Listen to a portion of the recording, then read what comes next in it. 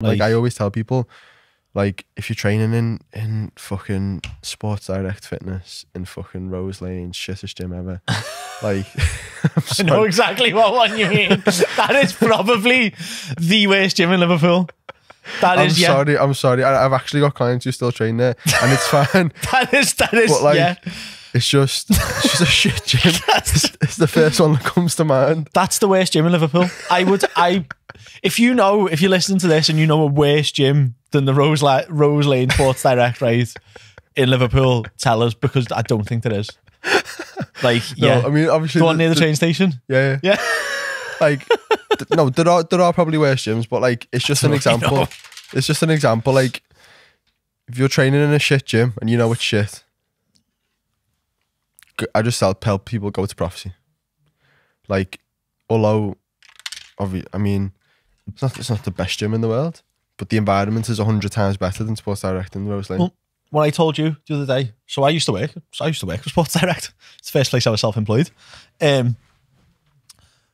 The quality of the staff, the quality of the PT is lacking. Yeah, it is. I cleaned up in there because I come from a gym where standards were ridiculously high. Like the gym we work for models its standards on UP, and UP's standards are probably the highest. The highest in terms of personal training, gym, like dedicated personal training gyms. I mean, Mark's M10, I imagine, up there as well. But it was modelled on that, so like that was probably the best thing about working there, wasn't it? Yeah, the personal standards, the dress, the attention, like all of that. Like we left with that standard being normal. Yeah, and anything below that was completely unacceptable. You had to be there as a minimum, and above and beyond was what was really required on a shit day. On a shit day, when it's Friday and you've had like 60 hours of work that week, and you've still got someone in at 10:30 on a Friday. Yeah, the minimum is that standard. Yeah, perfectly dressed, attentive, watching them, not on your phone, like full attention to that session, like high energy. Yeah, minimum. I actually remember one session this one time, right? I was just so absolutely fucked. You know, when you're actually like dozing off and you can't like, I remember being that fucked that in the middle of a set towards the end of the day, I was actually dozing off, and it happened like in between. Like I knew that I'd have like a couple of seconds at the start of the set where I don't really need to pay attention right now because your form is perfect at sound. Yeah. And I'd allow myself to doze off a little bit, and then as I needed to switch it on again, I forced myself to wake up and bring the energy and just bring it. And I just switch it on. Do you know when it'd be for me? I know exactly what you're on about. That's why I'm laughing so much. Prowler. Last 2 sessions on a Friday. Yeah, I'd just be like... Prowler. As they were going away from me and he weren't looking at me, just I'd lean against something and go... You allow your posture. You allow your posture to just sink a little bit. And then as soon as I'd see them I'd be like that, and I'd have like one eye on them. And as soon as they get to the end of the track, I'm like... Yes, let's go. Come on, turn it around, drive it back. And then we get up and go back again, and it'd be like, oh my God, right, okay. But look, that's what it takes. It's that standard. Like how fucked we were. Yeah, but you can't let them see it. And that was the standard. That's the standard. Yeah. Whereas when we left that gym and you see PTs sitting down while the client's in the middle of a set. Talking to someone else. Eating food. While their client's doing something dry. I seen it yesterday. Yeah. Eating food in the middle of a set. Like eating food on the gym floor. Yeah. Like voice noting while you're in a session with a client just on your phone in general. Like what? Get off your phone unless you're getting a stopwatch up or something, or you're like even sometimes what I used to do is like I'll be speaking about something. I've got a video that I need to send you. So no point in wasting 10 minutes. I've got a video for it, a webinar on this topic. I'll just send it to you. Yeah, I get my phone up, boom, that's it. But I'm not scrolling Instagram. I'm not replying to other clients. Even to that extent, like some of the guys that used to work in that gym who are now working for themselves would get an iPad instead of their phone. Yeah. Because they wouldn't do that, because an iPad looks more professional. You're doing the exact same things you would be on your phone. Yeah. But they had the forward thinking of, well, actually, no, because then an iPad actually looks professional to someone on the outside. Yeah. Whereas the phone could be perceived that I'm on my phone, even if I'm not. Yeah. That little thought process makes a difference. Because if you see someone on an iPad, you know, like I pay to go to Total Fitness now for the pool. More expensive gym. Spoke to loads of people and they're like, oh, it's fucking expensive that. For going there, like, it's just a gym. It's not though, because you go in, right? One, there's a cafe, there's a swimming pool, there's the kids thing, there's a beauty salon, like there's lots in there. Yeah. Two of the girls who are PTs there, clipboards. Yeah. Clipboard with a session. Now, I don't know, I didn't watch all of the sessions, so I don't know whether they don't know them, don't know how good they are, like don't really know anything about them at all. But seeing her walk over, heard one of them go, okay, so what we were doing last week, and flip back and must have had their training program on the clipboard. Go to JD and sign that. Yeah. Well, you will, because Rach works there. Go to JD Edge Lane, you will, because Rach works there. But go to JD, not JD Edge Lane, JD Town. Go to JD Edge Lane. Go to Sports Direct Rose Lane. Go to Sports Direct Rose Lane. Find one PT with their program for their clients. I mean, there might be. We don't know. Yeah, like if you're a PT in Sports Direct and you're listening to this and you're like, I do fucking do that. Yeah. Like, relax. I know. I'm not slagging you off personally. Just your gym in general. Generalisation. But generally, the standard of personal trainers is just shockingly shit. Because they're not surrounded by people who force them to level up at the start of their career. So they're not around. We were actually really lucky to be in that environment because we were surrounded. The environment, we were just tossed right in the deep end with people who were really like probably the highest standards in Liverpool. And then that becomes our normal, and we can go and step above and beyond that and just continue progressing at that standard or pushing the standard even higher. Whereas people, when you just start in a shit normal fucking commercial gym, your standard where you start is literally the fucking bare minimum. You've got like the standards are not even non-existent. But the problem is, so you've got to force yourself to level up. And obviously you'll get to a certain point where you don't even know. Well, you don't even know that it's bad to eat food on the fucking gym floor. You don't even know that you shouldn't be on your phone. Because everyone around you is doing it. Oh, this is the norm. Yeah. Like, but if you go to that gym that we don't name, that gym is only successful if it delivers results. Yeah. If you go to UP, they're built on ridiculous before and after pictures. Yeah. M10, built on results. Yeah. Go to any strength and conditioning. Danny's House of Iron. Yeah. Not necessarily a transformation gym, but it's built on client results. So all of the coaches in there are pushed by the business owner to deliver good results. So the standards need to be higher. Marks, M10, the standards need to be higher. UP, the standards need to be higher. JD, Everlast, fucking, is it Origin? No, what's the fucking, the gym group?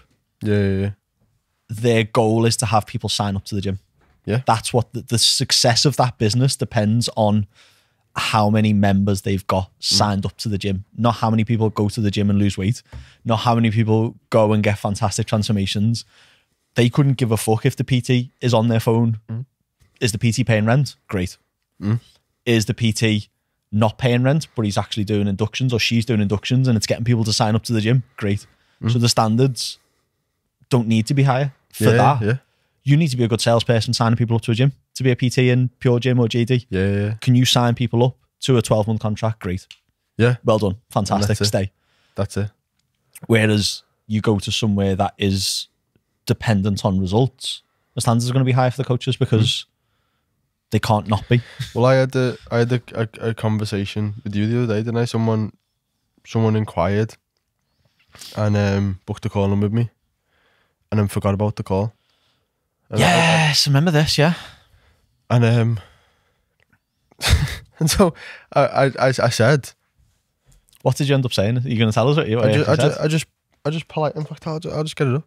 I politely said, and we've had conversations since, and everything's sound. So while he gets that up, this is the stuff that we consider, because yes, our business is about making money, but we need to bring the right people into our business, and so you need to fit with our business, and we'll discuss stuff like this about when people apply. Like, is this person the right fit for what you want to do? And because the standard that we set is high, I force. I'm not forcing in a bad way, but I force my clients to level up. Like, wherever you're at, you're going to be forced to level up. So like, you just forgot about the call, and I just said, "Hello, mate. I'm going to leave the call today. Hopefully you look on my page and see the results that my clients get. You can see the high standards that I set as a coach. With you booking a call and then forgetting, I'm not convinced that we're right for each other at this time. Maybe at some point in the future, if you're in a different headspace and place higher value on transforming your body, we can book another call in. Thanks for reaching out. If there's anything I can help you with, just let me know. But like, just a normal, nice, normal message. I don't think that's not too harsh, is it? No, I really like that. Just like, look, like, you're not in a place right now mentally where you place enough value on this to be able to go to the standards that I'm going to ask of you. So like when people come on board, I don't ever throw people in the deep end, but immediately I'm going to ask you to be hungry and dedicated to go to the next level.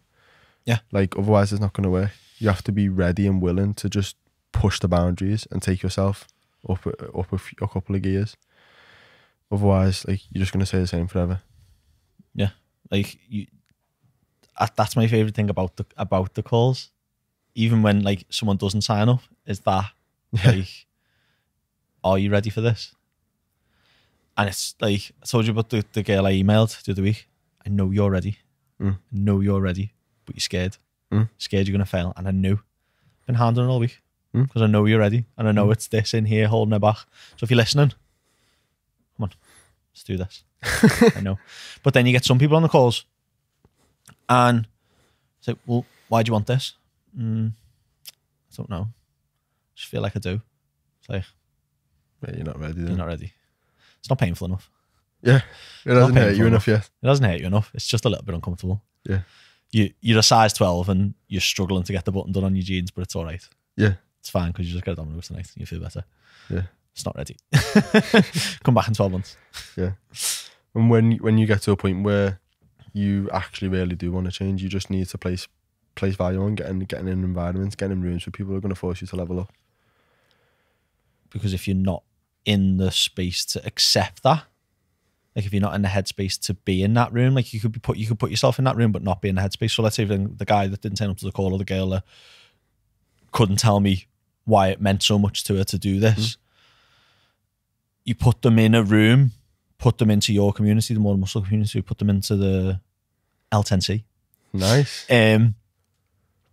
Then they won't engage, they won't interact, they won't level anyone else up because they're not ready to engage, to level up. They're just almost expecting it to get done for them because it's not clear, there's no purpose, there's no drive to be better. So they're not looking for the next thing. Do you know what I mean? When you get a hungry client, they're like, so like for example, I've got a couple of male clients now. Yeah. I've got 4 male clients right now. Nice. Check me out, I know. And they're all crushing it. It's not against females, by the way, when I say nice lad. No, it's just females are shit. I've just worked with females for the past like 3 years.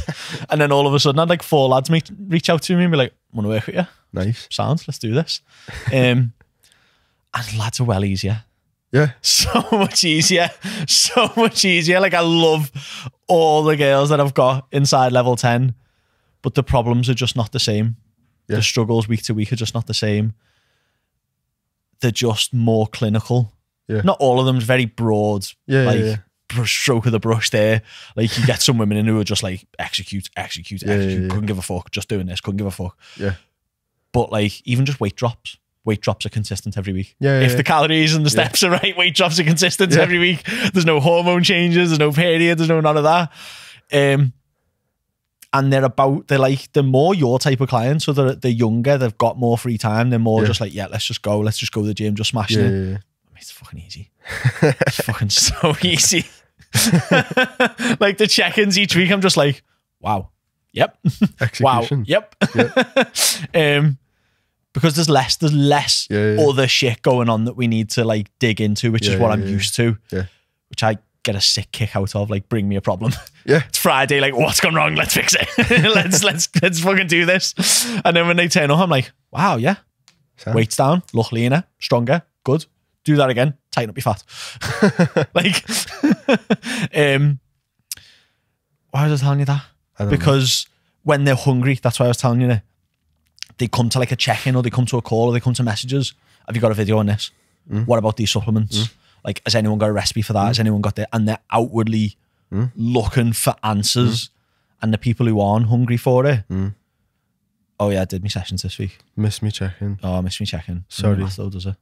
Sorry, I was hungover. Forgot me checking. What? What? What do you mean? Oh, I ended up going out last night.